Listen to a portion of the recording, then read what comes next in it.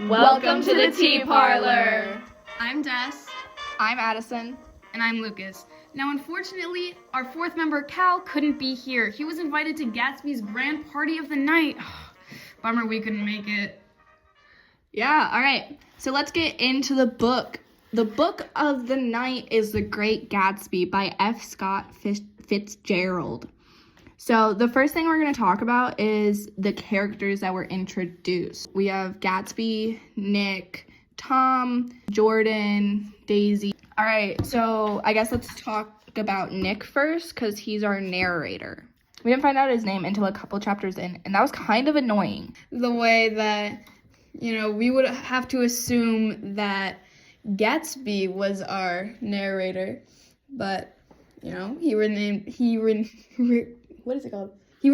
nameless until second, third, fourth, fifth chapter. Nick, our main narrator, is wealthy. Now, some people don't think that it is, Addison, but it was mentioned in the very beginning that he had his family and while he himself may not be wealthy, his parents and his family certainly are. He comes from wealth, and he has access to that wealth, which is why I say he's wealthy, but some people word it differently. His aunts and uncles and all of his relatives came together and was like, where is he going to live? Where is he going to go? Where is he going to build his fortune? He describes it as almost like them choosing a preparatory school, so grade school and stuff. I think that just it shows how wealthy he is. He comes into this position of being a neighbor to Gatsby already crazy wealthy, already completely loaded and being comfortable enough to take risks. Even though his first plan when coming to West Egg, Long Island, was to have a roommate that unfortunately fell through, but he still continued to live next to a millionaire, which is crazy. So I guess that brings us into Gatsby. Gatsby is who the story is mainly about, and we're not really learning about Gatsby until the end of third chapter, second chapter, that. Yeah, in the first few chapters, he's more of a mystery name rather than the boogeyman or something. Yeah, and it's more like everyone almost fears him more than they actually like him. Because they talk a lot about how he's killed someone, which we never actually find out whether that's true or not. But it is said multiple times that, I've heard stories of how he's murdered someone when they found out who he's related to, or things like that, which I find very interesting and honestly foreshadowing for the end of the book. Yes, honestly, it's kind of insane because we find out all of these crazy rumors when Nick, our main character, is actually at one of Great Gatsby's parties. Going on to when he's at the party, most people there just weren't invited. That doesn't make sense. If you're so rich, you wouldn't want people just walking into your house, especially on a great night. So when you're invited to one of these parties, you wonder why. There has to be some kind of reasoning behind it. This guy is rich. This guy is hella rich. Oh, yeah. And he got it via drug money. Yeah. What do you think? We're going on that. He got it on drug money, but we're going to get back to that. Dealt drugs. Sorry. Anyways. Okay. I think he's a rich party owner, guys. So that's we'll go on Gatsby in a minute. But going on Nick, he's probably this guy is really rich. And he probably just doesn't look at me. We've never had a conversation. But for some reason, I feel like this rich guy is yes, you're doing good. Speaking on Tom and Daisy, let's talk about their marriage, huh? Their affair! Affair time. Speaking of scandalous, controversial hot takes, the affair. Actually, that's not a hot take. That's just a hot topic. My bad. Hot tea. It's hot tea. We're spilling it. Welcome to the tea parlor. Okay. Does Daisy know? Yes! Daisy knows. It is confirmed by Jordan. Jordan and Nick are talking, and they're and she's well, I mean, everyone knows that he's got a side chick, and Nick is like, excuse me? And Yeah, but Daisy's not in the room. Tom and Daisy together, walking in the house together because the phone is ringing off the hook, right? So it is implied that she knows, and I think that we see her behavior towards Tom later. She definitely knows. Well, I mean, who was crying and getting drunk on their wedding night? That's what I'm saying. But Daisy was talking to Nick later in the book and was like, well, I mean, after our marriage and after we had a kid, I just had to kind of like learn to like him. Yeah, yes, they have a child together. Daisy's like, well, I mean, I just had to kind of like learn to like him, and we had to learn to like each other. So Yeah, with the whole learning and kid topic, I believe this was Daisy, but I don't know what page it's on. But when Daisy was talking to Nick, and she was like, when I had given birth to my daughter, I hoped that she'd be pretty and dumb because this world is so harsh to those who are smart. That touched my soul. That made me sad. Oh my gosh, I will never recover.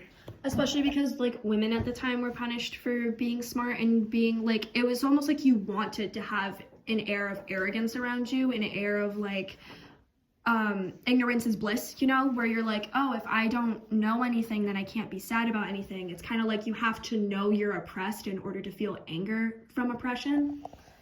You either need a smart son or a dumb daughter in this time. Oh, yeah, because if you had a dumb daughter, they would be like, oh, yeah, sure, Dad, I'll marry whatever guy you want. Oh, yeah, sure, husband, I'll do whatever you want, you know? But anyways, okay. White people are better! That's what Tom does. Just halfway through second chapter, like, they're talking, they're having dinner, they're at dinner, they're like, so, how was your day, Tom? And he's like, I can't take this anymore! White people are better! And it's so funny, because he's just like sitting there. They're talking about nothing related to the subject of white people, and he just chimes in with racism. Yeah, it's the 1920s, different century. Not good though. Don't be racist, guys. But that one specific conversation also kind of ties into Tom and Daisy's marriage, because while he's like white people are normatic and we're just better and, you know, we're the superior race, Daisy's just like, okay, sweetie, okay, that's fine. And so, you know, I think that kind of shows their strained marriage a little bit, or at least how she isn't the best of friends with him. Yeah, while reading this, I definitely felt as if Daisy was more of a modern thinker, because I could find her saying things that like I would agree with, or her doing things where I'd be like, okay, you know, not for like the affair thing or like any of that thing. I support girls' rights and wrongs. Gosh, and can we talk about how hilarious it is when Nick's just like, you make me feel uncivilized, Daisy, you know, as he's just like calmly eating his pasta. And Nick's like, civilization's going to pieces. And then Daisy's just like, oh, you know, he's been trying to think lately.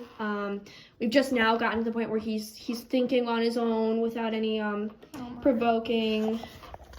Oh, also forgot to mention, Daisy and Nick are in fact cousins. Even though there's a really, really weird line where Nick says, she laughed again, as if she said something very witty, and held my hand for a moment, looking up into my face, promising that there was no one in the world that she so much wanted to see. Okay. Wait, hold on. And it was said that Daisy's murmur was only to make people lean toward her, an irrelevant criticism that made it no less charming. Guys. Why are you talking about that way to your cousin? That's what I'm saying.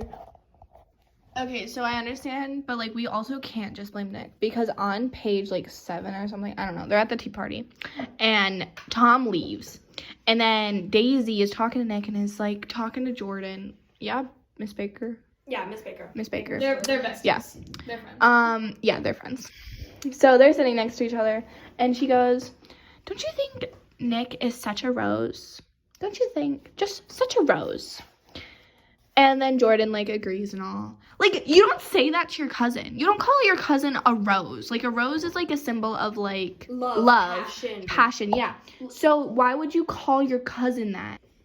The tension they had, though, was undeniable, and it made me feel really weird. Like, you read the relationship that Nick has with Daisy, and you're like, oh, okay, yeah, I know.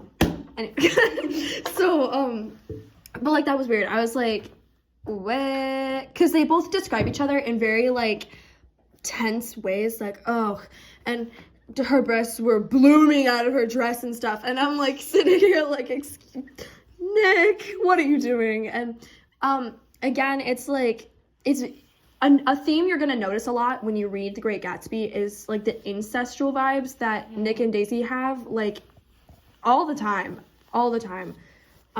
He thinks very out of pocket stuff about his own cousin, so I don't really know if we can trust him to really give a reliable description of Daisy. Which goes into the unreliable narrator aspect of it, because, you know, if there's a first person point of view, there's some bias. Especially in the page where Nick says, out of every person I know, I am one of the only honest people I know. Okay, yeah, he says that, all right? And I completely agree with that. But I just realized something as we're sitting here right this second. So currently at 3:15 p.m. on a Thursday, February 15th. Okay, so Nick obviously keeps his name disclosed for quite a few chapters, no? Yeah. So we don't know him. He's trying to keep himself a secret because we don't learn about Nick. He's like we learn very little about Nick through this whole book. So I feel like he's almost trying to hide himself to keep himself a secret, like he did something. He talks to the audience like he talks. He talks to the audience as he talks to his acquaintances. He's not giving a lot of information. He's very matter-of-fact describing. We rarely hear Nick's feelings on anything. We rarely hear his opinions on everything. He's very quiet. And he's very quiet, yes. He talks to them with very, like, little... hiding something. He's probably hiding something, yeah. He talks to them with very little detail, like, oh, yes, and, there was a coin purse all the way over there, but I don't know what that could be about. I don't know. Yeah, and the fact that we only figure out his name because someone actually said it, not because it's like, hi, I'm Nick, and he says it to someone else. It's because someone in association knows his name. It's like he's removing his identity. He's separating himself from his name, from his identity, from who he works with, from who he lives with. This feels like a true crime podcast almost. This is so... He makes it seem, he more describes what his surroundings are. He almost describes himself and takes on the characterizations of everyone around him. Like, he changes his perspective on who he is, depending on if he's with Daisy, Tom, or Gatsby. But when he goes to Gatsby's party, it feels like he's just in the corner observing. He's watching. He's not partaking in anything. And he also describes a lot of advantages. He's like, well, I mean, it's actually a really great quality to not drink when everyone else is drinking, because then you can keep to yourself and you won't reveal details about yourself and you won't tell anyone anything about you. And so it's just, he plays into his secrecy a lot, which, yeah, you know. So they always talk about how Gatsby might have murdered someone, but I feel like Nick may have murdered someone. Whoa! That is worse speculation. That's a lot of speculation. And we're gonna leave you with that today. And we're gonna move on to our game. Unfortunately, guys, we have to go to our quaint little houses now. But we are going to spin this fun little wheel with a bunch of characters' names on it in this book that we talked about just now. We just talked about these characters, blah, blah, blah, right? And what we're going to do is the person who spins it is going to be the only one to see the character. Okay. Is going to be the only one to see the character, and they're going to give clues and hints like characterization, quotes, etc. Like Jeopardy. Like Jeopardy. And we're gonna guess. I'm gonna go first. I'm gonna do the thing first. I am crazy rich. Gatsby. No. Nick. Yeah. Yay! I did it! Alrighty, I'm spinning now. Spin, spin, spin. Drum roll, drum roll, drum roll. Pop, pop, pop, pop, pop. Alrighty. I am a cheater. Tom. Yup. This is easy. Oh my god. Okay, it's spinning. Let's see. What do I get? What did I get? Alright. Wait. Oh, it changed last minute. Okay. Oh. Alright. I am a cheater. Daisy. Myrtle. It's Myrtle. Myrtle. Oh! We didn't even talk about her. We really didn't, but she's the affair, guys. All right, guys. Thank you for coming. Thank you for tuning in. We're out of tea right now, so we gotta end this. Come back to the tea parlor.